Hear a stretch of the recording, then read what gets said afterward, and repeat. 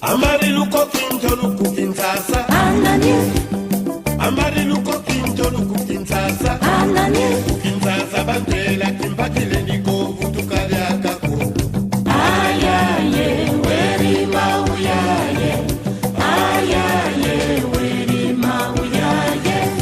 Ayaye, weri mauyaye. Ayaye, weri mauyaye. Maki Sosila. Mboa.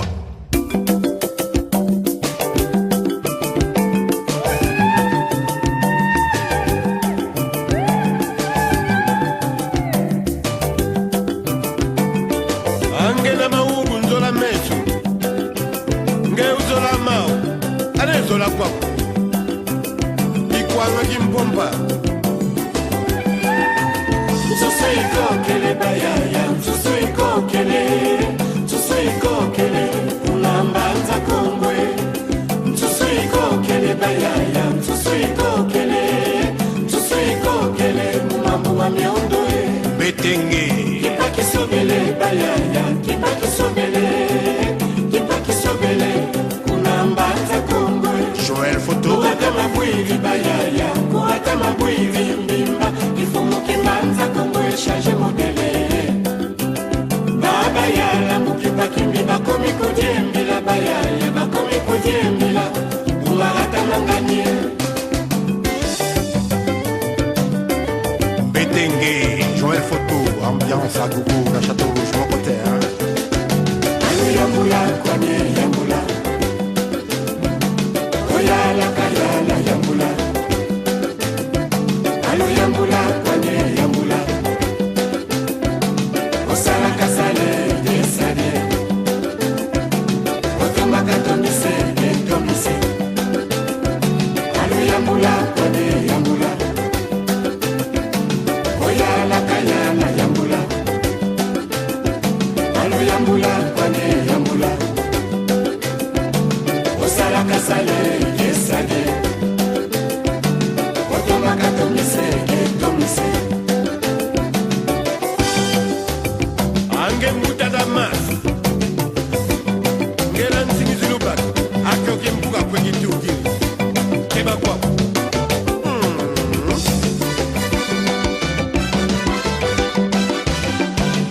Susupeti buiko kele mama. Aya, aya. Bakentu bakulu bonga bonga bisangala.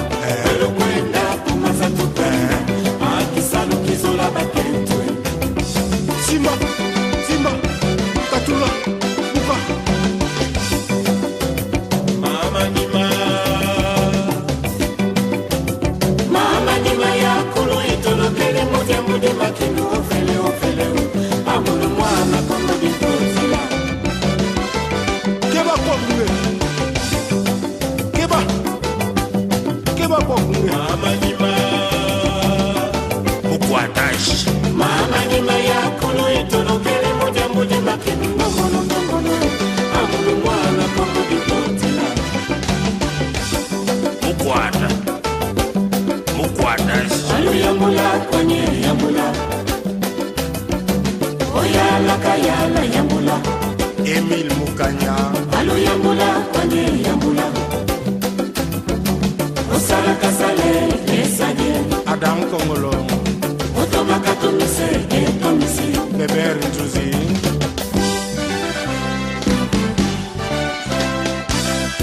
Mbaki malauka. Sekulu betu. Sikuti binasa mweni. Bakomele yango ya mpio. Yo. Roger Massamba, Chanas Sélection. Victoire. Apa tutugiri, apa tukwenda, apa tukutuka kumbanza Kongo. Lululuka nango, kumbanza Kongo. Nana shushu nanga, kumbanza Kongo. Yaya le vrai malien, kumbanza Kongo. Nana yo mayengo, mingi mingi. Lais, maesi, senga mambo. Mulawa wili, maître Mulawa.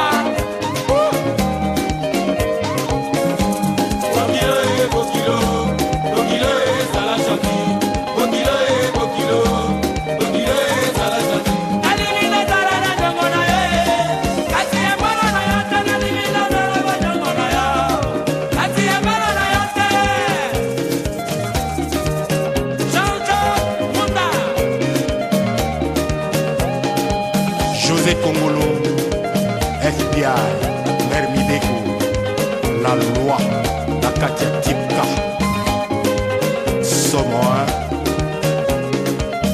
Pesa, Pesa ambiance, Pesa, Pesa ambiance, Katia Volcan, Chichile Lokondo, Pesa, Elengia.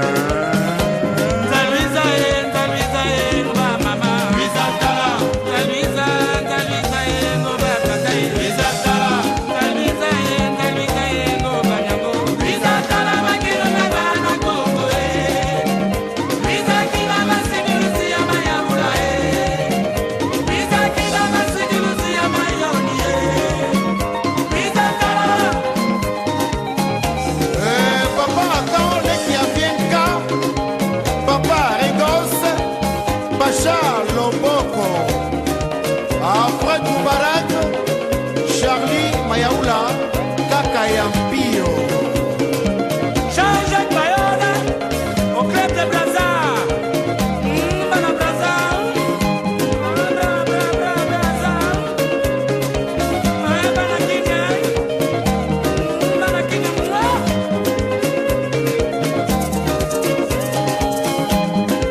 Vicky Dizolele, Topo Dilani, Pesa ambiance, Samabi Makabi, Genesee, l'industriel, Foum dem Foum, patron des patrons, Samatran.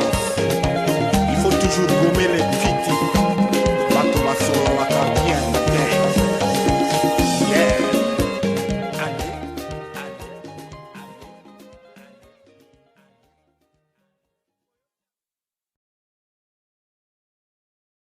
Donc en 13 €, 14 h. Donc ce soir, bien, ceux qui me suivent depuis les États-Unis, on va parler de la guerre d'indépendance des États-Unis. On va pas parler en fait des Américains eux-mêmes, on va parler des nôtres qui ont participé à cette guerre, les nôtres, des Noirs comme nous, des Africains, plus précisément des Bas-Congo. Ce ne sont pas les autres, ce ne sont pas les seuls, mais on va se focaliser sur eux. Donc aujourd'hui aussi, on reçoit un historien, un chercheur, son nom c'est Arsène Franklin Nganga. C'est un spécialiste des migrations bas Congo. Il a écrit des livres et moi j'ai quelques-uns de ses livres. Donc on va le faire entrer, il va s'introduire et on va commencer ce live très très important pour ceux qui sont des férus d'histoire, pour ceux qui veulent comprendre notre histoire à travers le monde. En tout cas, attachez vos ceintures parce que ça va décoller, ça va être chaud. Voilà. Bonjour, grand frère Arsène Franklin Nganga. Bonjour à vous et à tous nos auditeurs. Alors, comment allez-vous en ce dimanche 25 juillet 2021? Ben, je me porte à merveille et c'est un plaisir aujourd'hui pour moi pour pouvoir rendre un témoignage sur des faits qui datent du XVIIIe siècle et qui concernent la naissance, le processus de naissance des États-Unis d'Amérique. Et avant vraiment qu'on ne rentre dans le vif du sujet, grand frère Arsène Nganga, comment on peut vous connaître? Comment votre introduction? Vous êtes un chercheur, vous êtes un historien, on aimerait en savoir un peu plus. Bon, je suis historien de formation, je suis aussi économiste de formation et mon domaine porte sur l'histoire ancienne, précisément sur l'histoire économique et spécialement sur la traite transatlantique des populations de l'Afrique centrale vers le continent américain. J'ai passé 6 mois de résidence de recherche sur la question de la traite négrière entre l'Afrique centrale et la Nouvelle-Angleterre, donc à partir de Boston jusque dans le New Hampshire. J'ai fait 6 mois de résidence de recherche à la Brown University de Providence, dans le Rhode Island. Mais je suis également chercheur associé au CERDOTOLA, le Centre d'études et de recherche sur les traditions et les langues africaines, Je suis également conservateur du patrimoine, membre du Conseil international des sites et monuments historiques et écrivain, auteur de plusieurs articles scientifiques et d'ouvrages. Très bien. Et là, donc, le décor est planté. Et grand frère, on va commencer. Moi, je vais commencer par comprendre, en fait. Je veux comprendre, avant qu'on aille dans le fond, comment ces Bas-Congo-là, donc ces peuples venus d'Afrique centrale, s'enrôlent dans les armées patriotiques ou les armées de la couronne. On va commencer par leur présence en Amérique. Comment peut-on expliquer la présence de ces peuples venus d'Afrique centrale en Amérique? Bon, comme nous sommes sur la guerre d'indépendance des États-Unis, donc je veux m'exprimer sur la présence des Bas-Congo dans les 13 colonies. Dans les 13 colonies britanniques de l'Amérique du Nord qui vont se révolter contre la métropole, donc la Grande-Bretagne.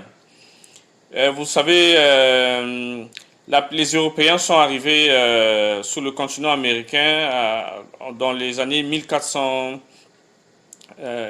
et quelques avec Christophe Colomb, pour le compte d'abord de l'Espagne. Ensuite, il y a eu les Portugais qui ont occupé le Brésil en 1500 et les Anglais vont occuper quelques îles de la Caraïbe, notamment la Barbade et la Jamaïque, et ensuite progressivement le nord de l'Amérique. Ils vont chercher à valoriser ce continent du point de vue économique. Ils ont essayé avec les Indiens, ça n'a pas pu. Après, ils se sont tournés vers l'Afrique. Et c'est dans ce contexte que les Bas-Congo vont se retrouver outre-Atlantique. D'abord déportés par les Portugais au début de la traite. Et comme l'Espagne n'avait pas une compagnie négrière, les Portugais ont transporté des esclaves pour le compte de l'Espagne. Ensuite, les Français, les Néerlandais et les Anglais vont rentrer dans ce commerce négrier. Et ce sont les Anglais et les Néerlandais qui vont ramener d'abord les Bas-Congo en Amérique du Nord, ensuite les Français au niveau de la Louisiane. Mais les Néerlandais, on peut dire que ce sont les Néerlandais qui ont été les premiers à ramener les Bas-Congo sur le continent américain parce qu'ils ont beaucoup fourni des esclaves en Virginie et ils ont ramené les premiers esclaves qui vont ramener sur le continent américain à la Nouvelle-Amsterdam. Ça sera en 1626. Et maintenant, les Anglais ramènent leurs premiers esclaves de l'Afrique centrale en 1619. Mais ce sont des esclaves qui venaient d'un bateau que des pirates anglais avaient piraté au niveau de Veracruz, et aujourd'hui le Mexique, et qui vont ramener en Virginie en 1619. Donc c'est dans le contexte de la traite transatlantique que les Bas-Congo se sont retrouvés en Amérique du Nord. Et j'aimerais qu'on précise, quand on parle des Bas-Congo, en fait, on parle de ces Africains qui appartenaient au Royaume Congo, donc avec des pays comme l'Angola, le Gabon. L'Angola, le Gabon et même la Namibie, parce que les limites exactes du Royaume Congo ne sont pas connues. Les Portugais nous ont rapporté les limites du Royaume Congo à moitié parce qu'ils étaient limités sur les réalités de la côte. Même dans certaines cartes anciennes du Royaume Congo, le Gabon, la partie du Gabon n'apparaît même pas. Or, avec les dernières fouilles archéologiques, en se basant sur les dernières fouilles archéologiques du projet Congo King et en se basant sur la tradition orale, le Royaume Congo comprenait également une partie du nord de la Namibie. Et même le Kalahari, puisque le Kalahari, quand vous lisez mon livre sur les peuples et civilisations Congo dans le sud du Gabon, Kalahari c'est un toponyme Congo. C'est Kala-Diahari. C'est dans vous retrouvez le sens dans une sous-langue du groupe Kikongo, la signification du mot Kalahari. Donc, quand on se base sur la tradition orale, on peut rallonger le Royaume Congo jusqu'au Kalahari. Et même la colonie, le Ndongo, qui deviendra la colonie de l'Angola, qui était un vassal, au départ, ils ont la même migration. Et du point de vue linguistique, le Kikongo n'est qu'une évolution linguistique du Kimbundu. Donc, quand on quand on rentre en profondeur, même les habitants de la colonie de l'Angola, ce sont des Congos. Et quand frère Arsène, hein, je vais faire une petite parenthèse, hein, je vais faire une petite parenthèse parce que même moi, dans mes recherches, j'ai cru comprendre que même la Zambie faisait partie du royaume Congo. Bon, pas toute la Zambie, une partie de la Zambie. Ça c'est probable, mais il faut le démontrer à partir de la linguistique, la conscience collective. La conscience collective est une source d'information également sur le passé. Ok. Maintenant, donc, ces Africains donc, se retrouvent en Amérique. Est-ce qu'il y a un point bien précis? Parce qu'on va parler des 13 colonies, c'est important. Oui, les 13 colonies. Est-ce qu'ils se retrouvent tous dans toutes ces 13 colonies ou il y a un foyer de concentration bien précis? Est-ce que c'est en Virginie? Bon, ils étaient dans toutes les 13 colonies, mais il y avait un foyer où il y avait ils étaient majoritaires pendant un certain temps et ils étaient quasi majoritaires bien à la veille de la Révolution. Bon, on commence par la Nouvelle-Angleterre. La Nouvelle-Angleterre, donc je prends le Massachusetts, le New Hampshire, le Rhode Island. Et au niveau du Massachusetts, au niveau des archives judiciaires du Massachusetts, on retrouve des esclaves appelés Angola, qui possédaient des esclaves émancipés appelés Angola dans le comté de Suffolk à la fin du XVIIe siècle. Ah, dans le comté de Suffolk. Oui, dans le Massachusetts, on trouve des archives où on cite des esclaves émancipés avec le nom d'Angola. Et dans le Rhode Island, on a retrouvé des Nkisi à Newport. Des Nkisi à Newport, et ces Nkisi sont aujourd'hui exposés au Smithsonian.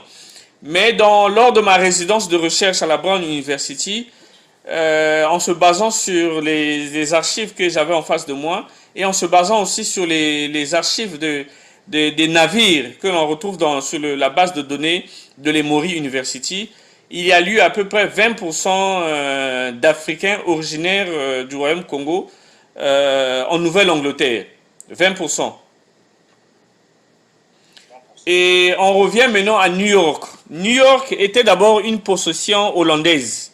C'était la colonie de la Nouvelle-Néerlande. Et cette colonie de la Nouvelle-Néerlande comprenait à peu près le Connecticut, l'actuel état de New York, la Pennsylvanie et le Delaware. Et la capitale se trouvait sur l'île de Manhattan, c'était la Nouvelle-Amsterdam. Les premiers esclaves qui arrivent à la Nouvelle-Amsterdam arrivent en 1626. Et ces esclaves sont partis du royaume, de la colonie de l'Angola et du royaume Congo. Et on peut retracer la présence des Congos à la Nouvelle-Amsterdam entre 1626 et 1664, parce que c'est en 1664 que les Anglais ravissent la colonie. Mais entre 1626 et 1664, les esclaves à la Nouvelle-Néerlande étaient baptisés à l'église protestante hollandaise. Et le registre des baptêmes indiquait les origines ethniques de ces esclaves-là. Or, ce registre-là existe encore à la New Netherlands Research Institute qui se trouve à Albany, dans l'état de New York. Et ce registre des baptêmes a été même cité par le professeur Frijhoff, le professeur qui est professeur émérite, qui enseigne à l'université Erasmus de Rotterdam, qui a écrit un livre biographique sur l'évêque de l'église hollandaise à la Nouvelle-Amsterdam qui s'appelait Dominique Bogardus. Et il a compilé ce registre des baptêmes. Or, dans le registre des baptêmes, entre 1626 et 1664, la majorité des origines ethniques des esclaves indiquent Congo, puisque les esclaves à la Nouvelle-Hollandaise s'appelaient par exemple Anna van Angola. Ça veut dire que l'esclave, je prends d'abord Jacob de Gerrit de Reus van Angola. Ça veut dire que l'esclave appartient à de Gerrit de Reus et il est originaire de l'Angola. Or, le registre des baptêmes qui existe encore aujourd'hui à Albany, la majorité des origines ethniques indiquent Congo et Angola. On retrouve aussi Van Luango.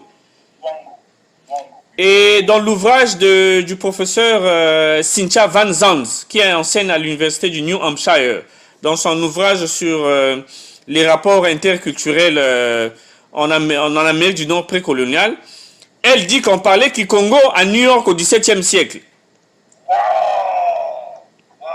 Donc la majorité des Africains, la majorité des Africains, sur la base des archives que l'on peut consulter, le New Netherlands Research Institute, c'est un institut qui conserve les archives de la période hollandaise en Amérique du Nord, qui avait pour capitale la Nouvelle-Amsterdam, qui va devenir New York.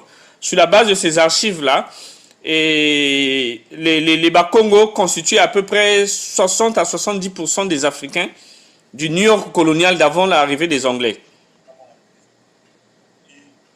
On retrouve des traces que même à l'époque il parlait le Kikongo. Oui, plus que dans l'ouvrage de Cynthia Van Zandt, dans son ouvrage écrit en 2008 sur les rapports interculturels en Amérique du Nord, elle dit qu'on parlait Kikongo à New York au XVIIe siècle. Ça c'est des choses à savoir. Et même le premier mariage africain qui a été enregistré à l'église réformée protestante des Hollandais à la Nouvelle-Amsterdam, c'est un mariage des esclaves émancipés Bakongo. Ça c'est des choses à savoir. Donc la majorité ethnique du centre, la majorité ethnique avant 1664, entre 1626 et 1664, dans le Connecticut, le Delaware, l'actuel état de New York, c'est la majorité entre 60 et 70%, c'était des Bakongo et des Mbundu. Les Mbundu, c'est les habitants de la colline de l'Angola. Mais ce sont des Congos aussi, parce que quand on va dans l'historique, et ils ont les mêmes origines. Le Kimbundu, le Kikongo, c'est une évolution linguistique du Kimbundu. Maintenant, à partir de 1664, quand les Anglais ravissent la Nouvelle-Amsterdam, à partir de 1664, la Nouvelle-Amsterdam devient New York, en mémoire du duc d'York. Et ça va s'appeler maintenant les colonies du milieu, puisque les Anglais vont occuper aussi la Virginie, le Maryland et la Caroline du Sud jusqu'à la Géorgie. Donc la zone qui s'appelait la Nouvelle Néerlande va devenir colonie du milieu. Donc pendant l'administration anglaise, vous savez que les colons anglais avaient la politique de l'assimilation. Les esclaves seront anglicisés, les noms seront anglicisés. Et même certains Hollandais qui sont restés dans la colonie, ils vont angliciser leur nom. Donc tous ces Africains, il y aura une très forte anglicisation. Il sera maintenant difficile d'individualiser Congo, Sénégal. Mais à partir du trafic des navires, à partir du registre des navires, on a pu évaluer à peu près, on sait qu'il y a eu à peu près 30% des esclaves, puisque dans l'ouvrage du défunt professeur Ira Berlin, qui enseignait à l'université du Maryland, dans un ouvrage publié en 2005, Slavery New York, publié à New York Press, dans cet ouvrage-là, il y a une carte démographique de New York jusqu'à la veille de la guerre d'indépendance. Au moins à peu près 30% des esclaves africains étaient originaires de l'Afrique centrale, mais plus particulièrement du Royaume-Congo. Et le reste, c'était la Sénégambie, la Côte d'Or. Donc, à partir de la carte démographique publiée par le professeur Ira Berlin dans son livre Slavery New York, nous pouvons retrouver l'ethnicité dans les colonies du centre. Et également dans les documents de la Williamsburg Foundation, on retrouve aussi le pourcentage ethnique des Africains dans les colonies du milieu. Ça, c'est des choses à savoir, c'est tellement puissant. Et quand on va en Pennsylvanie, le lieu de vente des esclaves s'appelait Congo Square. L'endroit où le marché de vente des esclaves, on appelait Congo Square à cause de la supériorité numérique des Bakongo. Congo Square, actuellement à Philadelphie, ça a été débaptisé. Actuellement, à Philadelphie, cette Congo Square s'appelle Washington Square Park. Et dans un ouvrage de Martha Iman, elle nous dit que au XVIIIe siècle, la plupart des marins au port de Philadelphie étaient appelés Congo. Quand on descend dans le Delaware, quand on descend dans le Delaware, dans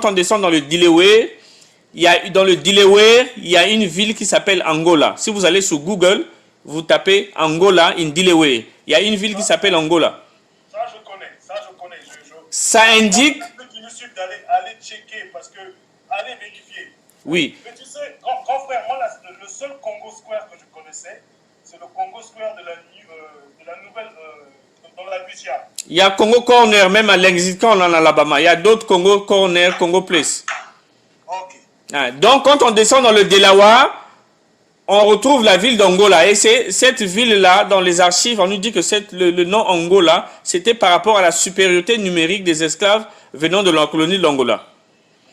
Quand on descend dans la baie de Chesapeake, le Maryland et la Virginie, le premier navire qui arrive en Virginie est arrivé en août 1619. Ce sont des pirates anglais de la Virginie qui avaient piraté un navire portugais à Veracruz, qui ont ramené des esclaves, les premiers esclaves en Virginie, en 1619. Grand frère Arsène Ganga, on va faire une pause, parce qu'il faut bien comprendre ça. Ça veut dire qu'à l'époque, ce sont les Portugais qui ont accès aux côtes du Royaume Congo. Donc, c'est eux qui ont des navires qui vont prendre les Congos. Au 15e siècle. Mais le problème, c'est que les Anglais arrivent en Afrique centrale à peu près en 1620. Mais entre eux, ils se font la guerre parce qu'ils se piquent les navires, en fait. Oui, mais il y a aussi il y a le royaume de Luango, vassal du royaume Congo, qui va ouvrir ses côtes aux autres nations. Les Portugais se sont accaparés des côtes du royaume Congo et de la colonie de l'Angola. Est-ce qu'ils ont vraiment ouvert leurs côtes ou bien ils ont été forcés, en fait, ils ont été contraints? Non, c'était une guerre commerciale. Donc, les Anglais, les Français, les Hollandais n'ont pas vraiment, non, je peux dire, n'ont pas trafiqué sur les côtes de l'Angola et du Royaume Congo. Ils étaient à Luango. Parce que le roi du Luango avait ouvert ses côtes aux étrangers avec d'abord les Néerlandais en 1630. Mais les Anglais arrivent à peu près au même moment. Donc, les Hollandais, les Français et les Anglais ont trafiqué au niveau de Cabinda, Malemba, Luango et les côtes du Gabon.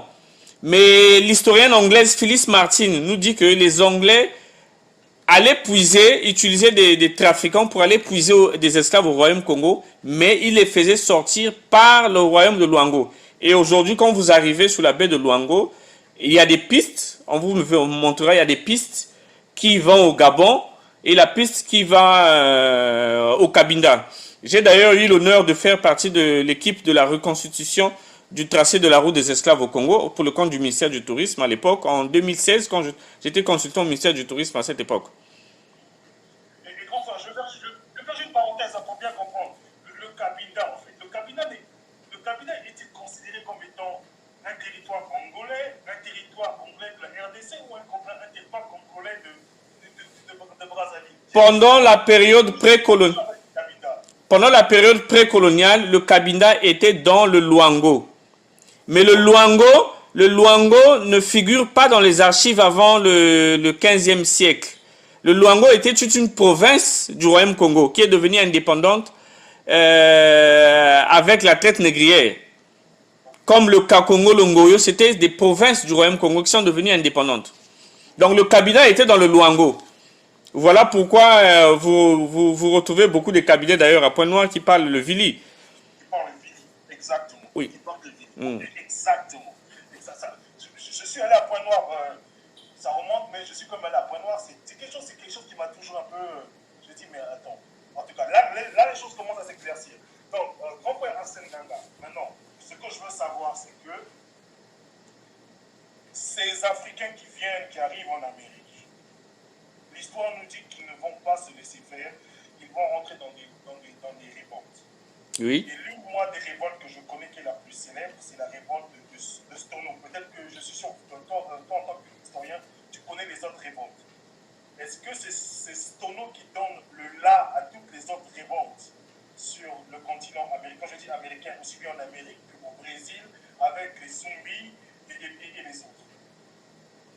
Non, mais la révolte de Stono a été déclenchée par rapport au contexte de la Caroline du Sud. Oui, parce que c'était des esclaves. C'était en 1700, la révolte de Stono, c'est en 1739. Oui. Mais avant 1739, il y a eu des révoltes en Amérique. Nzumbi, c'est bien avant 1739. Ah, ok, parce qu'on fait cette confusion des fois. Oui, mais ce qui est clair, c'est que la plupart des révoltes dans les Amériques ont été conduites par des esclaves congolais. Bon, pas toutes les révoltes, mais la majorité des révoltes. La majorité des révoltes. La majorité des révoltes. Parce que parfois, tu peux en citer quelques-unes de ces révoltes.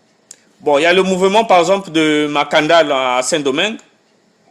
Le mouvement de Makandal à Saint-Domingue, qui peut être considéré comme après le mouvement de Padre Jean, dont les origines ethniques ne sont pas connues. C'est le mouvement de Makandal. Il y a eu une révolte à New York aussi. Il y a eu des révoltes à New York. Il y a eu la révolte de Nat Turner en Virginie, où 20% des esclaves étaient des Congos. Au Brésil, au Brésil, à part le mouvement de Nzumbi, dans d'autres provinces, nous avons eu aussi des révoltes. Et comment on appelle, en Jamaïque aussi, il y a eu des révoltes. Tout à fait, tout à fait. Et je rappelle que Makandal, en fait, c'est un nom très Congo, en fait. Oui, dans les origines Congo d'Haïti, j'ai précisé que le nom c'est Makandala. Mais les locuteurs du français, avec la prononciation française, ont perdu la dernière lettre A. Au lieu de prononcer Makandala, ils ont prononcé Makandal. Parce que moi, quand je faisais mes recherches, j'ai découvert par exemple Makandal. Moi, j'ai fait le rapprochement avec des noms que je vois jusqu'aujourd'hui dans les deux Congos, comme par exemple Yakanda, Makanda. Bon, vous savez, il faut avoir une démarche scientifique. On n'imagine pas l'histoire. Oui, hein, il y a des méthodes linguistiques où on peut faire une étude sur les changements phonologiques ou les changements morphologiques d'un nom. Non, ça se comprend. Ça se comprend. Voilà. Donc, pour terminer, pour boucler votre question, donc au niveau de la Virginie, entre 1619, l'arrivée du premier navire en provenance, qui était des captifs de la colonie de l'Angola, entre 1619 et 1661, la Virginie et le Maryland, c'était plus des serviteurs sous contrat. Bon, c'était de l'esclavage caché, c'est-à-dire que c'était des Noirs qui ont débarqué et ils avaient des contrats de travail. Et ils devenaient affranchis après à peu près 7 ans. C'est à partir de 1661 que la traite négrière commence vraiment en Virginie et au Maryland. Mais entre 1619 et 1661, la majorité avait des noms lusophones. Ils venaient de la baie du Bénin et du Royaume Congo. Et d'ailleurs, le premier noir a été élu. Le premier noir a été élu à l'Assemblée coloniale du Maryland, Mathias de Souza, est considéré comme étant un Africain originaire de la colonie de l'Angola. Donc il faut préciser qu'ils ont des noms lusophones. Oui, ils ont des noms lusophones. Parce qu'ils ont été baptisés. Ouais, ils étaient là pour la plupart, parce que les Anglais, quand vous voyez la Barbade, la plupart des esclaves, ils ont emmené à la Barbade, ils ont emmené en Virginie. Les Anglais, c'était des pirates, ils étaient en train d'attaquer des navires portugais, ils ravissaient, ils récupéraient des captifs qu'ils ramenaient au niveau de la baie de Chesapeake. Donc le Maryland et la Virginie. C'est en 1661 et jusqu'à la veille de la Révolution qu'il y a eu la traite, vraiment la traite transatlantique en Virginie et dans le Maryland. Mais quand on lit Melville Erkovitz Cluster, il cite également la région du Congo comme étant une région d'origine des captifs de la Virginie par exemple. Et les Congos en Virginie, c'est surtout au niveau de York, dans le bassin de York, au niveau de York et à peu près l'ancienne capitale Williamsburg. Et j'aimerais savoir, juste par curiosité, quelle est la place de Fort Mosé dans tout ça? Bon, Fort Mose, c'est la Floride. La Floride ne fait pas partie des 13 colonies. Donc on ne peut pas évoluer, on ne peut pas parler de Fort Mose dans l'histoire de la guerre d'indépendance des États-Unis. Parce que la Floride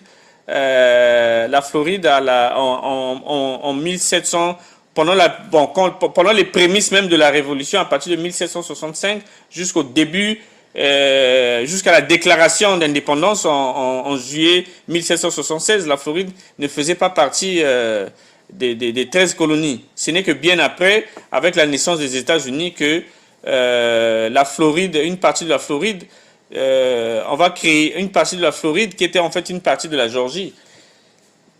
Voilà. Et donc maintenant, on a planté le décor d'un point de vue démographique, dans cette démographie historique. Maintenant, j'aimerais qu'on parle de qu'est-ce que la révolution américaine dans sa temporalité.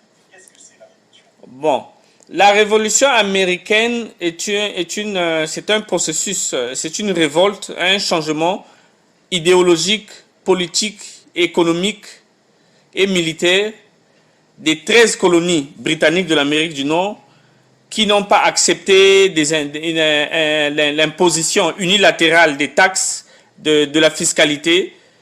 Il y avait d'ailleurs une devise: pas d'imposition d'impôts sans représentation.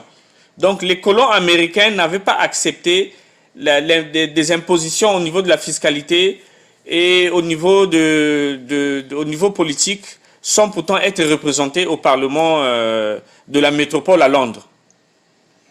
Donc il y aura des contradictions entre la métropole et les colons, et ça va entraîner un mouvement de mécontentement, et chaque colonie va commencer à créer sa milice, et il y aura maintenant le sabotage des symboles de la métropole au niveau des 13 colonies, jusqu'à ce qu'on ait imposé des taxes sur le thé.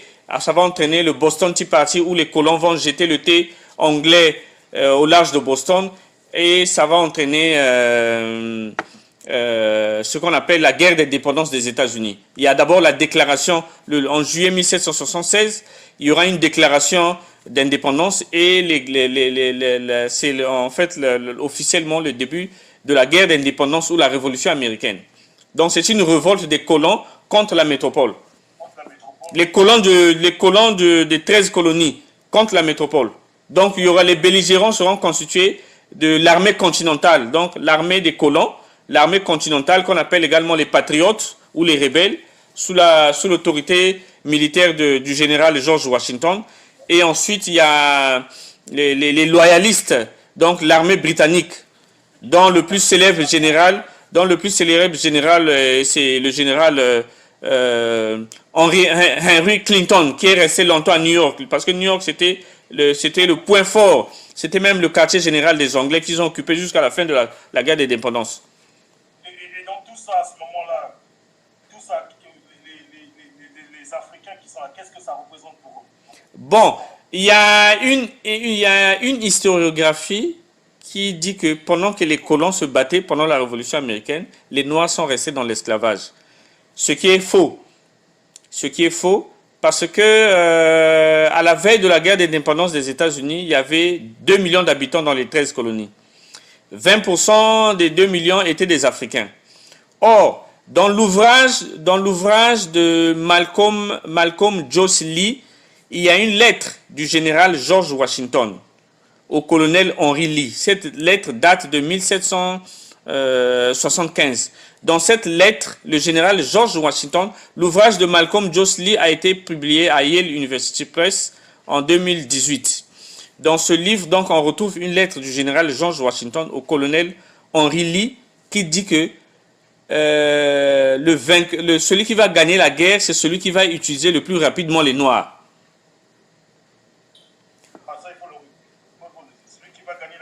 C'est celui qui va utiliser le plus rapidement les Noirs. Parce que pour faire la guerre, il faut avoir des moyens humains. Il faut avoir des moyens économiques. Donc, à part cette lettre de George Washington, qu'on retrouve dans le livre de Malcolm Joss Lee, il y a encore une lettre du général James Mitchell Varnum dans le Rhode Island. Il s'adresse au général George Washington en 1778 pour constituer d'autres régiments qui vont aller sur le front. Mais le général James Mitchell Varnum, qui s'adresse au général George Washington, dit qu'il faut constituer d'autres régiments, mais ça doit être des régiments des Noirs. Maintenant, moi j'aimerais savoir pourquoi compte sur la force de ces Africains. Bon, c'est pas tout. En 1775, le gouverneur de la Virginie, Lord Dunmore, fait une déclaration que tous les esclaves qui vont rejoindre la couronne britannique, qui vont s'échapper des plantations des colons américains pour joindre la couronne britannique, ils vont devenir libres. Et on dit même que cette déclaration du gouverneur de la Virginie, à l'époque, en 1775, Lord Dunmore, précède même l'émancipation des esclaves qui est proclamée par Abraham Lincoln. Mais à part la déclaration de Dunmore, il y a encore une déclaration l'un des chefs militaires de l'armée britannique pendant la Révolution américaine, le général Sir Henry Clinton, qui était à New York, qui a fait une déclaration de Phillipsburg, qui est une déclaration si similaire à la déclaration de Lord Dunmore, qui demandait à tous les esclaves des colons britanniques qui pouvaient se réfugier à New York, qui devaient devenir libres. Voilà pourquoi New York était devenu un sanctuaire des esclaves qui ont rejoint l'armée. Et il y a eu, jusqu'à la fin de la Révolution américaine, il y a eu 20 000 Africains du côté de l'armée britannique, et il n'y a eu que 9 000 Africains du côté de l'armée de George Washington. Donc les Africains se sont retrouvés dans les colonnes, c'était pour le souci de la liberté. Mais ce n'était pas dans le souci de donner la liberté à l'Amérique. Non, c'était pour retrouver leur propre liberté, d'abord. Voilà pourquoi ils ont combattu. Parce que le fait déjà d'être rentré dans l'armée, ils devenaient libres, l'esclavage cessait. Donc c'est comme ça en fait que ces Africains se sont retrouvés du côté de l'armée continentale de George Washington et du côté de l'armée loyaliste. Mais il y a un problème, c'est qu'en Caroline du Sud, les colons de la Caroline du Sud n'ont pas vraiment intégré les Noirs dans les colonnes. Ils les ont utilisés pour être des domestiques, pour être dans la construction, pour reconstruire les zones démolies. Parce que le sud des États, la Caroline du Sud et la Géorgie, ils étaient vraiment des conservateurs en matière d'esclavage. Et d'ailleurs, c'est d'ailleurs les causes de la guerre de sécession au 19e siècle. Et moi, ça m'a toujours... En faisant mes recherches, ça m'a choqué. Hein. Donc, j'aimerais vraiment, grand frère, que tu reviennes là-dessus. Parce que moi, quand je faisais mes recherches, je me dis, mais comment ça se fait que nous avons des Africains qui se retrouvent à la fois dans l'armée royaliste, donc attachés à la couronne d'Angleterre, et nous avons des Africains rattachés aux patriotes, donc aux 13 colonies. Moi, je m'attendais à ce que tous soient rattachés aux patriotes, en fait. Ben, c'est parce que la couronne britannique a été en 1775, par le biais de Lord Dunmore, le gouverneur de la Virginie de l'époque, avait fait une déclaration que tous les esclaves des colons américains qui viendront en Virginie vont devenir libres. Et Lord Dunmore va même créer le régiment éthiopien. Le régiment éthiopien, il va créer le régiment éthiopien où il va rassembler tous ces noirs-là. Et bien après, le général Henry Clinton fait la même déclaration qu'on appelle la déclaration de Phillipsburg. Voilà pourquoi il y a eu 20 000 Africains qui ont combattu pour l'armée britannique. Il n'y a eu que 9 000 pour l'armée américaine. Mais non, grand frère Arsène Naga, nous qui avons fait, parce qu'on a fait l'université ici, on a fait un peu l'école ici pendant 10 ans. On nous parle de Frédéric Douglass, qui a été en fait le détonateur de la présence des Africains dans l'armée. C'est lui, soi-disant, qui va négocier avec, à l'époque, je ne sais plus c'est qui est le président, qui va négocier, qui dit qu'il faut faire rentrer les Africains dans l'armée afin de libérer le pays. Et par conséquent, nous aussi se libérer, nous les Noirs, en fait, avoir la liberté. Est-ce que ça, c'est quelque chose d'erroné ou on nous l'apprend parce que... Non, Frédéric Douglass, je pense que là, nous sommes déjà... c'est après la guerre d'indépendance. Frédéric Douglass, je pense qu'il faut voir la guerre de sécession. D'accord. Parce que les Africains se sont retrouvés dans les colonnes c'était parce que que ce soit les loyalistes ou l'armée continentale de George Washington, ils avaient un besoin humain. Pas seulement pour combattre, mais on avait besoin des domestiques, on avait besoin des gens pour reconstruire. New York, les Anglais ont beaucoup utilisé les Noirs pour reconstruire New York pendant la guerre d'indépendance. Ok. Est-ce qu'il existe des grandes figures de ces Africains venus du centre et ces Bas-Congo, des grandes figures héroïques qu'on ne connaît pas? Est-ce qu'il existe? Oui, il y a des grandes figures, mais vous savez, quand on écrit l'histoire, quand vous lisez l'histoire, même au niveau de l'histoire de l'Afrique, quand on parle de la colonisation, ces blancs-là n'ont pas auréolé, même quand vous allez dans la révolution haïtienne, ces blancs-là n'ont pas, dans leur historiographie, ils n'ont pas auréolé le rôle des Noirs. Il y a eu des héros africains, mais ils ne sont pas vraiment connus. Ils n'ont pas vraiment connu. Je vous donne l'exemple. Les Américains, l'armée continentale de George Washington, pendant la bataille de Yorktown, la dernière bataille de Yorktown, à la suite de laquelle les Anglais ont capitulé en 1781, en Virginie, la dernière bataille. Cette bataille, les Américains ont... Dans ces autres territoires, donc ils les ont pas redonnés. Non, les Anglais sont partis avec près de 3000 Noirs. Vous savez que George Washington avait aussi la réputation. Il était d'ailleurs un maître d'esclaves et ils étaient durs envers les Noirs. Donc ce sont les Anglais. Voilà pourquoi ce qui explique aussi qu'il y a eu plus de Noirs du côté des Britanniques. Tout à fait. Mais c'est quand même assez paradoxal. Moi je trouve que c'est paradoxal. Parce que les Britanniques aussi sont quand même des esclavagistes. Oui, mais le contexte, c'est le contexte. D'ailleurs, il y a eu un débat pendant les différents congrès continentaux qui a abouti à la naissance des États-Unis.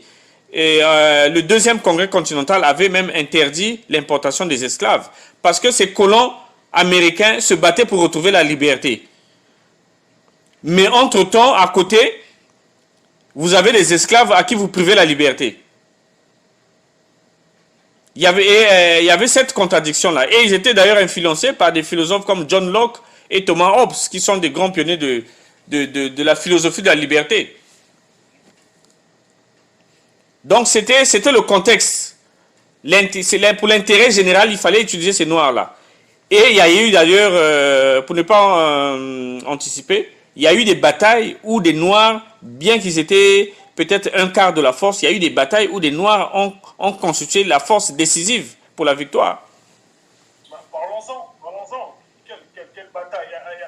À quel endroit, par exemple, des États-Unis? Bon, dans l'Atlas, il y a un atlas de l'histoire africaine-américaine où vous retrouvez la contribution de ces noirs-là pendant la guerre d'indépendance, mais c'est surtout dans le centre. C'est surtout dans le centre. Et le problème, c'est que, comme je vous ai dit au début, il y a eu une anglicisation avancée de ces noirs-là, qu'on ne peut pas, pendant la guerre, on ne pouvait pas les ethniciser. Pour dire que ce groupe-là vient du Sénégal, ceux-là viennent de la Gambie. C'est en se basant sur les statistiques démographiques de la veille de la guerre d'indépendance qu'on se rend compte qu'il y a eu beaucoup de Congo dans le centre. Donc New York, Pennsylvanie, Delaware, Connecticut et une partie de la Virginie. Mais on ne peut pas les individualiser. Il y a une association des vétérans, des vétérans africains-américains de la guerre d'indépendance. Ça s'appelle le NSSA. Le siège se trouve à Louisville, dans le Kentucky. Mais quand vous allez sur le site internet, ils sont considérés comme des descendants d'Africains. Et le problème qu'il y a eu dans les colonies britanniques, c'est différent. Quand vous allez dans les colonies portugaises ou espagnoles ou françaises, où on peut retrouver l'ethnicité. Regardez sur l'actuel territoire des États-Unis. c'est à la Nouvelle-Orléans, en Louisiane, où on retrouve une forte activité du vaudou, de la religion africaine. Dans tout le territoire des États-Unis, c'est en Louisiane. Mais la Louisiane était française et ensuite espagnole.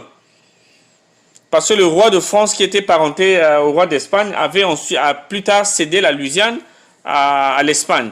Ce n'est qu'à la veille que quand les Français vont vendre la Louisiane, que le règne espagnol va finir. Mais c'est en Louisiane que vous retrouvez les cultures. Mais allez dans les colonies anglaises. L'anglicisation était trop forte. Voilà la difficulté qui ne permet pas d'individualiser. Mais il faut se baser sur les statistiques.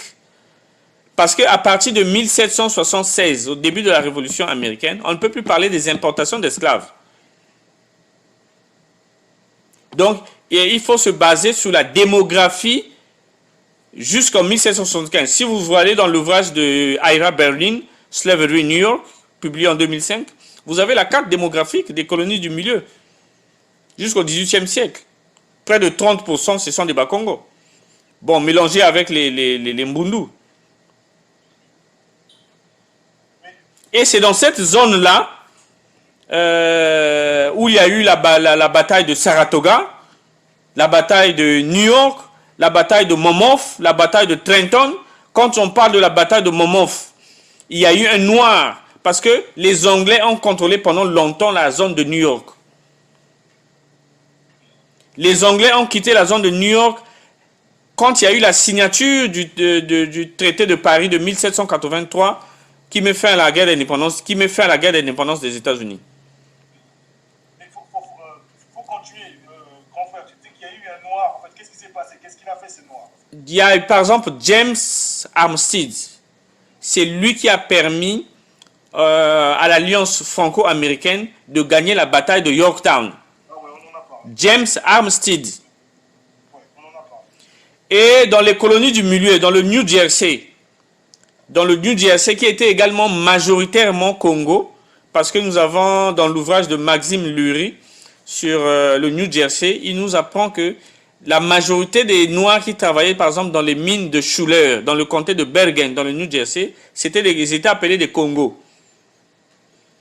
Quand vous lisez Graham Hodge, Root and Branch, c'est un ouvrage de Graham Hodge sur la population africaine de New York et New Jersey. Vous retrouvez la majorité Congo dans cet ouvrage-là, en New York et New Jersey. Et grand frère, j'ai une question. Moi, il m'est arrivé à l'époque d'aller souvent à Dallas, Texas, mais en traversant Oklahoma. J'ai été surpris, je le dis clairement, j'ai été surpris de discuter avec des natifs américains, donc des Indiens, qui avaient des noms Congo. J'ai failli péter un plomb. Mais Oklahoma... Non Congo, j'ai dit, tu es indien, il dit, oui, mais mon nom c'est Isaac, il avait un nom Mozambique et toujours un nom Congo. Ils sont liés, les esclaves de la Caroline du Sud s'échappaient en Floride. Or, la Caroline du Sud, 40% c'était des Congos. Vous retrouvez les informations de la thèse de doctorat de Peter Wood. Cette thèse de doctorat a été publiée comme livre sous le titre Negro in Colonial South Carolina de Peter Wood. C'est une thèse de doctorat qu'il a publiée en livre. Et cette thèse de doctorat a été soutenue à l'université d'Harvard en 1974. C'est là où vous trouvez les statistiques de la population esclave de la Caroline du Sud. 40% c'était des Bakongos. Or, ils s'échappaient en Floride. Certains s'échappaient chez les Espagnols parce que les Espagnols accordaient la liberté à tous les esclaves qui devenaient libres. Mais d'autres s'échappaient chez les Indiens. Et il y a eu un mélange entre les Indiens séminoles de Floride et ces Bakongos-là. Ça donnait la race des Noirs séminoles. Mais au temps d'Andrew Jackson, il fallait déplacer ces Indiens-là parce que Andrew Jackson voulait utiliser les terres de la Floride parce que c'était des terres fertiles. Donc, on avait déplacé certains Indiens, on les avait envoyés à Oklahoma. Donc, les Indiens d'Oklahoma, là, ce sont des Indiens séminoles. Et certains Indiens séminoles sont venus ici, au Texas. Et ils sont enterrés à Bracketville. Il y a un cimetière des Indiens, des Noirs séminoles de Bracketville. D'autres se sont retrouvés au Mexique, on les appelle les Mascongos. Au Mexique, non loin de la frontière, oui, non loin de la frontière avec le Texas. Voilà pourquoi le mois prochain, je voudrais me rendre à Brackettville. Voilà ce qui explique ce Congo-là à Oklahoma. Ils viennent de la Floride. Ah ouais, moi j'ai pété un plomb, ça remonte, je pense, ça remonte à 7 ans, j'ai pété un plomb. Il m'a donné son nom, j'ai dit, mais ça c'est un nom Congo. Je me suis dit, ok, donc là... Ses ancêtres viennent de la Caroline du Sud via la Floride. Donc, pour revenir à votre question, dans le comté de Momov, il y a eu une bataille, la bataille de Momov, la bataille de Trenton. Il y a eu un noir qui a contribué à la victoire des Britanniques. Il s'appelle le colonel Titus Tai. Ah, colonel Titus Tai. Il y a aussi un noir dans Nouvelle-Angleterre qui s'est évertué aussi dans le combat, qui s'appelle Salem Power. Et il y a eu Crispus Attucks, qui était l'un des premiers à tomber lors du massacre de Boston. L'armée britannique avait fusillé quelques rebelles, des militaires de l'armée continentale. L'un des premiers à tomber, c'était Crispus Attucks.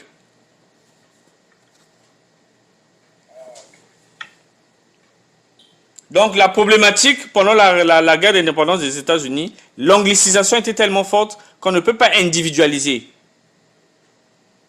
La présence des Bakongo dans la guerre d'indépendance des États-Unis s'explique par la démographie historique des 13 colonies à la veille de la guerre, à la veille de 1776, dans les colonies du milieu.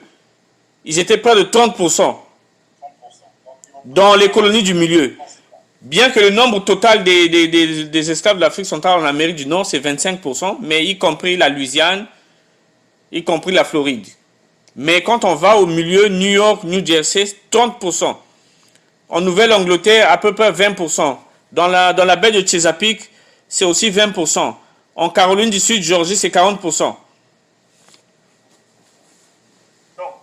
si on doit résumer, on peut dire que ces troupes africaines d'Afrique centrale ont contribué à la naissance des États-Unis. Oui, ils ont versé leur sang pour la naissance des États-Unis.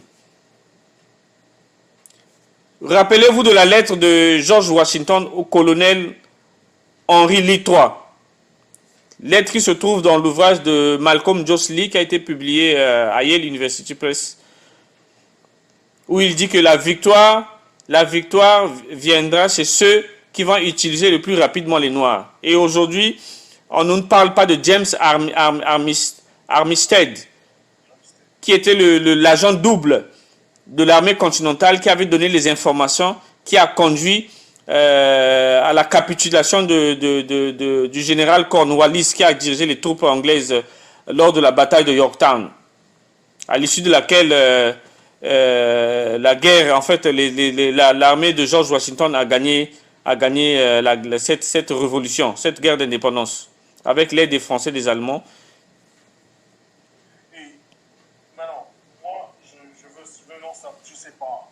J'essaie de faire une lecture maintenant. Est-ce que,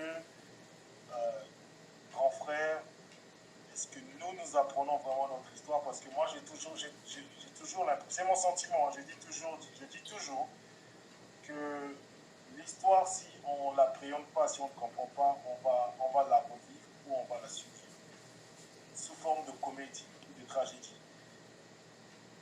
Est-ce que ça rentre pas dans l'imaginaire des gens, des personnes qui pensent que nous avons été utilisés pour toutes leurs guerres, que ce soit celle de la guerre d'indépendance, les guerres européennes. On a l'impression qu'on est toujours peut-être la chair à canon. Est-ce que c'est une mauvaise lecture ou c'est une bonne lecture? Bon, je pense que on nous a utilisé. Faut d'abord voir le contexte. Faut voir dans le contexte de la guerre d'indépendance. Je pense que si j'étais à la place de ces noirs-là, fallait combattre pour retrouver la liberté, ils n'avaient pas le choix. Bon, ils n'ont pas tous été utilisés comme des chairs à canon. Il y a eu bien des ingénieurs. Tout le monde n'était pas au front. Moi, je pense que c'est un peu un abus de langage. Bon, voilà pourquoi je pose la question, parce qu'on parle de cette question-là. Non, c'est un... Pas totalement, c'est pas totalement ça. Parce qu'il y a eu des Noirs qui ont été utilisés comme ingénieurs, d'autres comme dans le bâtiment. C'est pas tout le monde qui est au front. Vous avez bien vu qu'en Caroline du Sud, ils ont hésité à mettre des Noirs sur au front pour éviter qu'ils se retournent.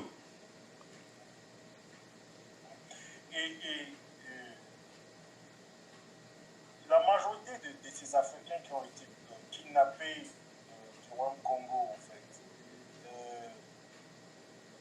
je veux dire que l'histoire en général, hein, je ne peux pas dire que c'est exact. On dit que c'était aussi des guerriers. Il y avait beaucoup de guerriers qui faisaient partie de l'armée du Royaume Congo. Oui, d'abord, vous savez que le Royaume Congo a connu près de 50 ans de guerre civile. Voilà pourquoi la plupart des Congos qui ont été réduits en esclavage, qui ont été vendus pendant la traite, c'est des prisonniers. C'est des prisonniers de guerre. Nombreux avaient une expérience militaire. Et quand vous lisez l'article du professeur Thornton sur les Noirs dans la Révolution haïtienne, il explique bien que il y a eu des études qui ont montré que, des témoignages des Portugais qui ont montré que la majorité des Congos qui sont arrivés à Saint-Domingue, ceux qui ont fait la Révolution haïtienne, ils savaient déjà manier une arme. Ils avaient déjà combattu dans des guerres en Afrique, même au Bénin. Ils savaient déjà utiliser une arme. C'était des vétérans qui ont été réduits en esclavage, des prisonniers de guerre. Est-ce qu'on peut faire des similitudes entre cette révolution haïtienne et la révolution et cette guerre d'indépendance américaine? Est-ce qu'il y a des similitudes? Ça n'a rien à voir. Bon, la similitude, c'est que la partie qui gagne le conflit pendant la révolution américaine, c'était se considérer comme étant oppressé. C'est la lutte, c'est une lutte pour la liberté des peuples. Parce que la révolution américaine aussi a une influence lointaine de la révolution américaine dans la révolution française. Parce que l'idéal, c'était la liberté. Ils ont renversé une monarchie.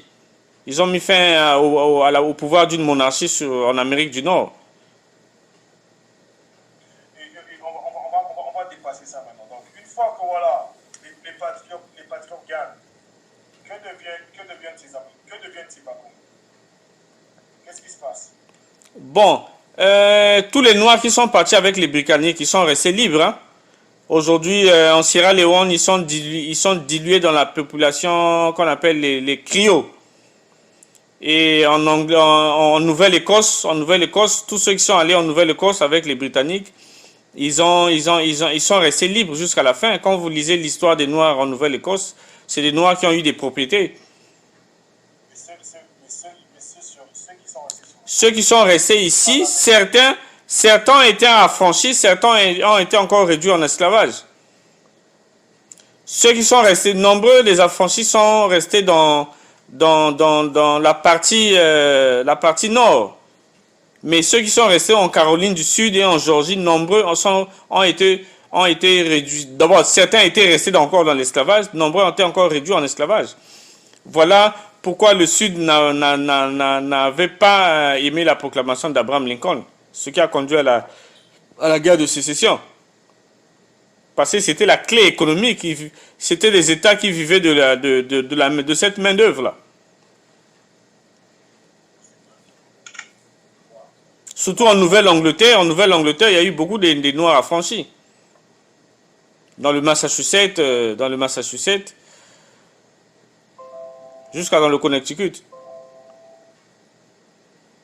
Et donc, je veux bien comprendre. Donc, à cette époque, donc, les autres colonies qui ne faisaient pas partie des 13 colonies, il y avait aussi des esclaves là-bas, bien évidemment. Mais la Louisiane, bon, quelles colonies? Les colonies au niveau de l'Amérique du Nord, il n'y avait que 13 colonies. 13 colonies.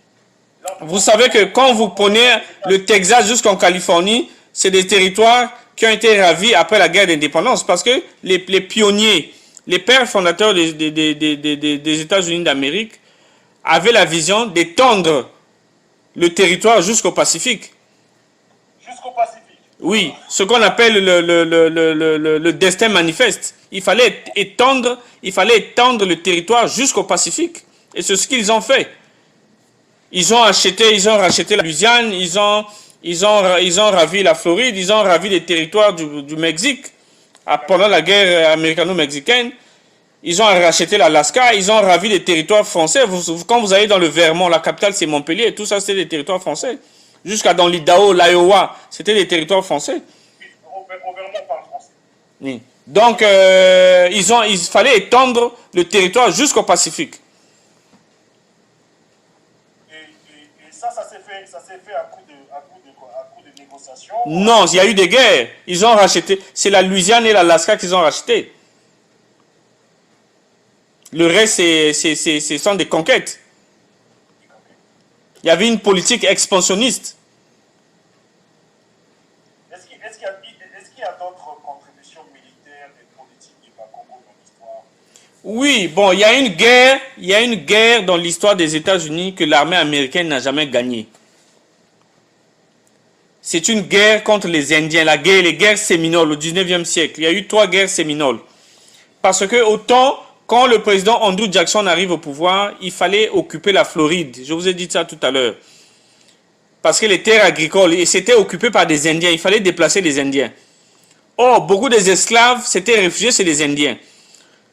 Et les Indiens ne voulaient pas quitter le territoire. Attends, quand tu dis les Séminoles, est-ce que ce sont ceux qui se sont mélangés au Bas-Congo ou juste des Indiens non mélangés au Bas-Congo?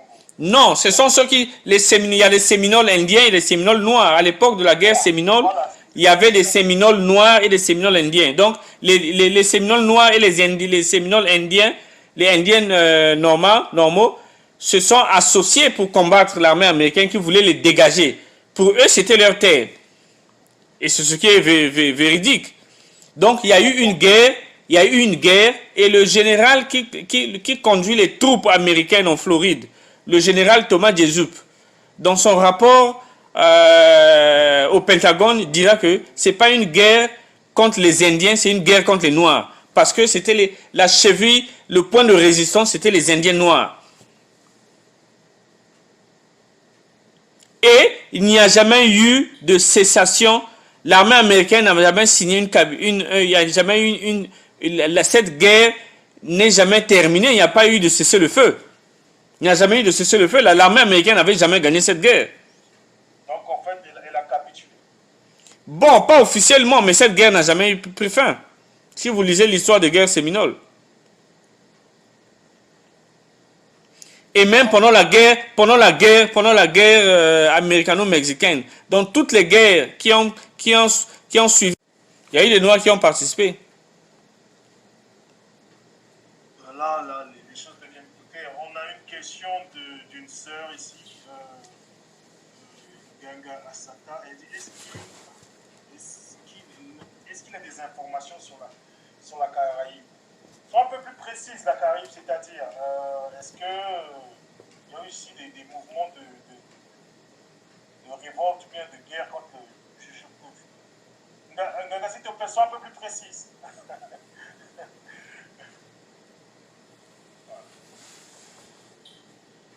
Non, mais donc, les Séminoles, donc il n'y a jamais eu de cessation de feu. Oui, les cessations des hostilités. La guerre n'est jamais finie. Mais comment ça se fait qu'ils ont perdu leur terre alors? Mais les Séminoles, c'est une partie de la Floride, ils sont toujours dans une partie de la Floride. Ils ont toujours leur terre. Dans une partie, il y a des réserves Séminoles en Floride jusqu'à aujourd'hui. Bien qu'une partie, on les a déplacés, ils sont à partir à Oklahoma, une partie venue au Texas, mais en Floride, actuellement, il y a des zones Séminoles. Ouais, donc là, ok, c'est la révolte des mouvements de population Congo. Oh, elle parle des mouvements de population Congo dans la Caraïbe.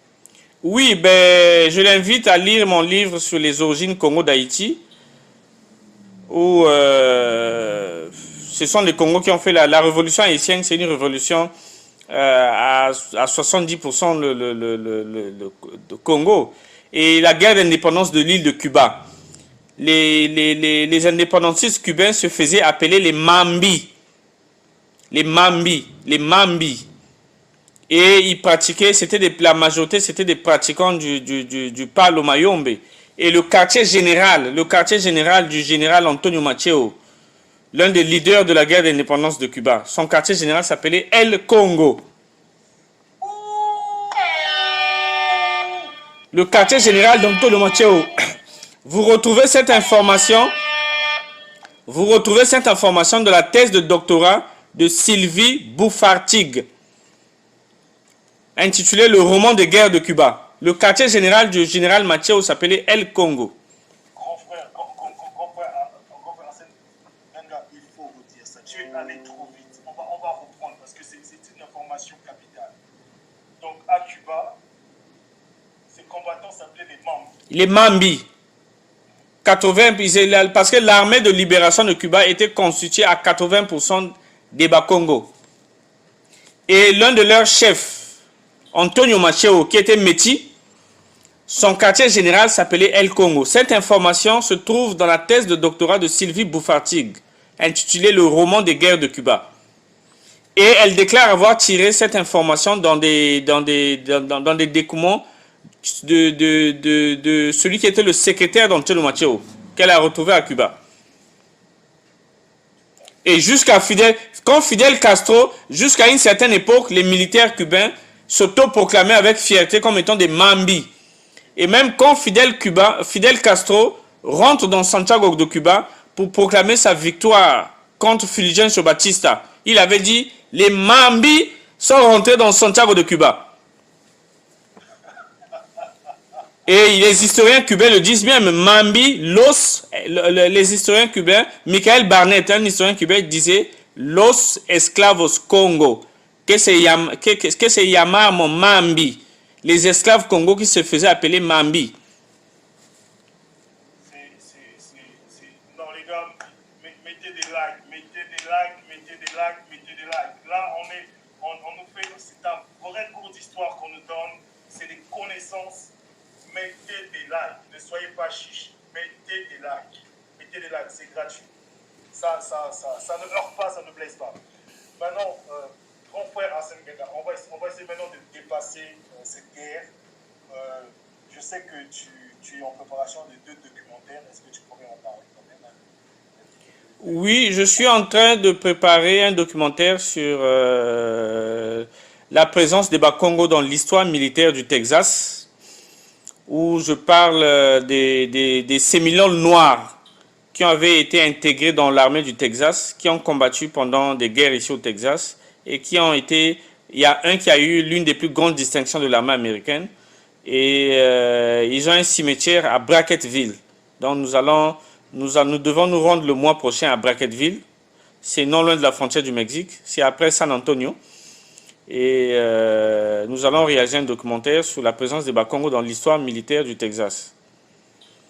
Et certains de ces Séminoles noirs se sont retrouvés au Mexique. Nous allons aussi faire un documentaire à la Nouvelle-Orléans à Congo Square pour parler des origines Bakongo de la musique américaine. Parce que la musique américaine vient du jazz et du funk.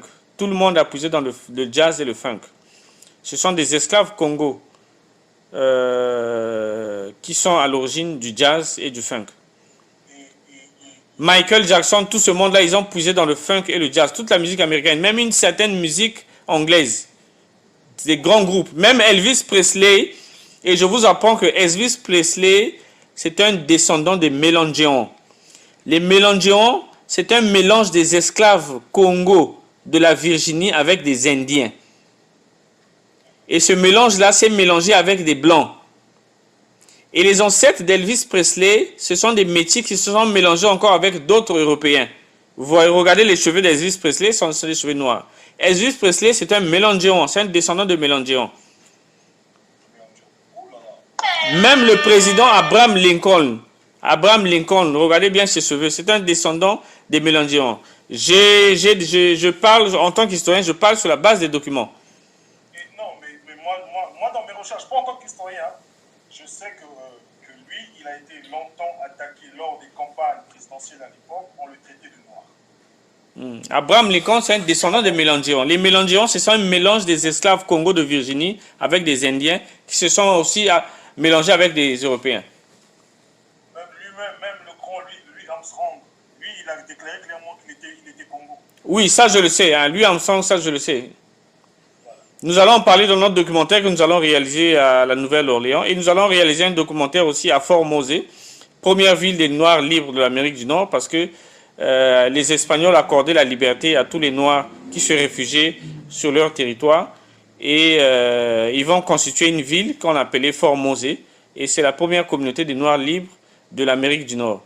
Pas de l'Amérique britannique, mais de l'Amérique du Nord. Est-ce que la majorité de ces esclaves qui se retrouvaient à Fort-Mosé venaient-ils tous en majorité de la Caroline du Sud? De la Caroline du Sud et la Géorgie. Or, les Espagnols les baptisaient, puisque la condition c'était d'être baptisé pour être libre. Le registre de baptême de Fort-Mosé se trouve à la cathédrale du diocèse à Saint-Augustine, Le registre est toujours là-bas. Et la majorité des origines ethniques indiquent aussi Congo. Et au laboratoire d'histoire naturelle de l'Université de la Floride à Gainesville, il y a des microfilms des prières Kikongo que l'on a retrouvés à Fort-Mosé, en Kikongo. Au laboratoire d'histoire naturelle de l'Université de Gainesville. Et ces microfilms sont même cités dans le livre de Jane Lander, intitulé Black Society in Spanish Florida. Black Society in Spanish Florida de Jane Lander qui enseigne à la Vanderbilt University dans le Tennessee. Et que même là, je n'ai pas ça précisément, mais je sais qu'aussi on peut retrouver aussi des traces d'eux qui vénéraient et qui chantaient en Kikongo, ils vénéraient Kimpavita. Oui, c'est possible, parce que Thornton, le professeur Thornton, on parle dans sa biographie de la prophétesse Kimpavita, qu'il a publiée à Cambridge University Press en 1998. Tout à fait. Bon, je pense que, confrère Arsène, on a fait le tour. Hein. Est-ce qu'il y a encore autre chose à dire? Est-ce que, toi, à ton niveau, tu penses qu'on n'a pas parlé peut-être de ceci? Bon, on peut pas, nous sommes déjà au temps requis. J'ai parlé de ça dans mes livres. Mon livre, Les origines Congo d'Haïti, a un chapitre. Je vais mettre le lien en bas de la vidéo, vous aurez tous les livres pour les obtenir aussi. Dans les origines Congo d'Haïti, je parle de la participation des Congos dans les guerres d'indépendance de l'Amérique latine, même aux côtés de Simon Bolivar et dans la guerre d'indépendance de Cuba. Bien dit. Et donc, confrère, moi, vraiment, ce fut un plaisir. Là, il y a tellement d'informations. Moi, pareillement, c'est un plaisir aussi de vulgariser parce que la mémoire c'est un produit consommable, hein, à travers le souvenir et nous devons savoir que nous avons contribué à la naissance des États-Unis d'Amérique. Tout à fait. Moi, c'est l'exemple pour lequel je dis qu'on on a été au centre de tout. Surtout, même dans cette civilisation occidentale, on a été au centre de tout.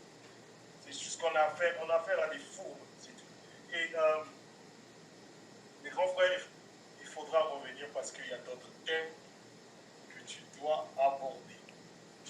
Il y a des thèmes en termes d'histoire, parce que ta connaissance est grande. On a toujours à apprendre, un peu grande, bon c'est peut-être trop, mais on s'efforce à restituer. Je suis historien et je m'efforce à restituer le bout du passé que je juge vraiment nécessaire à faire connaître. En tout cas, parce que moi aussi, cette histoire de Rastafari, ça me parle aussi. Je veux comprendre pourquoi il a des origines pas Congo. Donc, pour appliquer. Nous avons même combattu jusqu'au Japon. Les Portugais ont ramené des Congo à Macao, jusqu'au Japon où nous avons combattu aussi. Donc, il y a beaucoup de contributions. Il y a beaucoup de contributions. Donc, grand frère, tu reviendras sur la chaîne avec un autre thème pour nous éclairer encore. Parce que, comme je dis, il ne faut pas, quand on a des frères comme ça, il ne faut pas s'en priver. Au contraire, il faut les épuiser, il faut essorer afin que notre mémoire reste vive et qu'on ait connaissance de notre histoire. Voilà, donc grand frère, on est arrivé à la fin.